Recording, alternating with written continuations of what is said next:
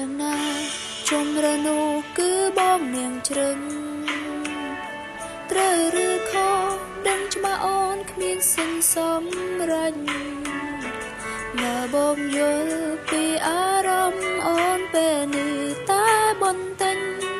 បងប្រកបជាដឹងអូនឈឺចាប់កុំរិនណា